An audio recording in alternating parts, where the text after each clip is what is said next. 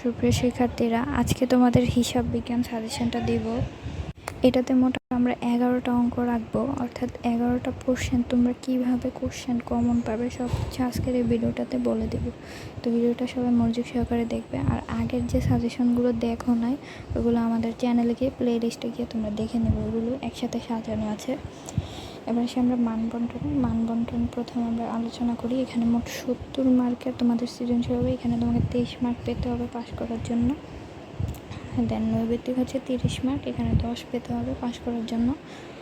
আর সৃজনশীল তোমাদের থাকবে হচ্ছে 11টা, 7টা থেকে তোমাদের 7টা মানে উত্তর করতে হবে তোমাদের। মোট মানে 2টা বিভাগ থাকে।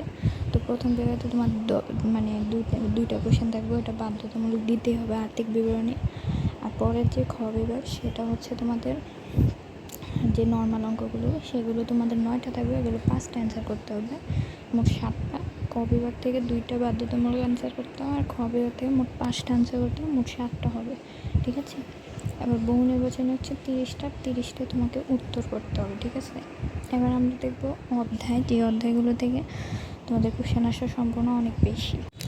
এখানে দাগ দেওয়া যে অধ্যায়গুলো, এগুলো থেকে একটা করে কোশ্চেন আসবে ইনশাল্লাহ। দেখো, প্রথমে আছে লেনদেন থেকে একটা কোশ্চেন আসবে, যে তোমাদের হিসাব সমীকরণ, ওইটা একটা কোশ্চেন আসবে।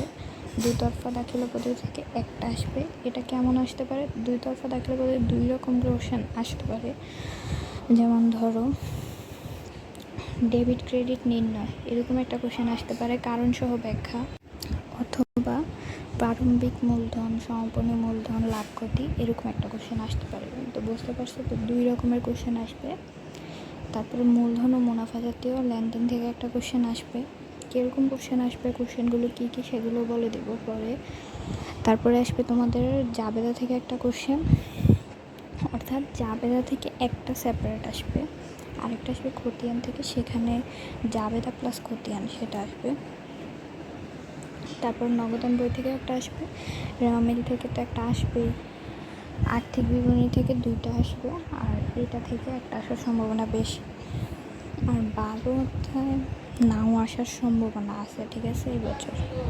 তো এতক্ষণ তো তোমাদেরকে জানালাম যে কোন কোন অধ্যায় থেকে প্রশ্ন আসবে। এবার তোমাদের বলবো কোন অধ্যায় থেকে কেমন কোশ্চেন আসবে।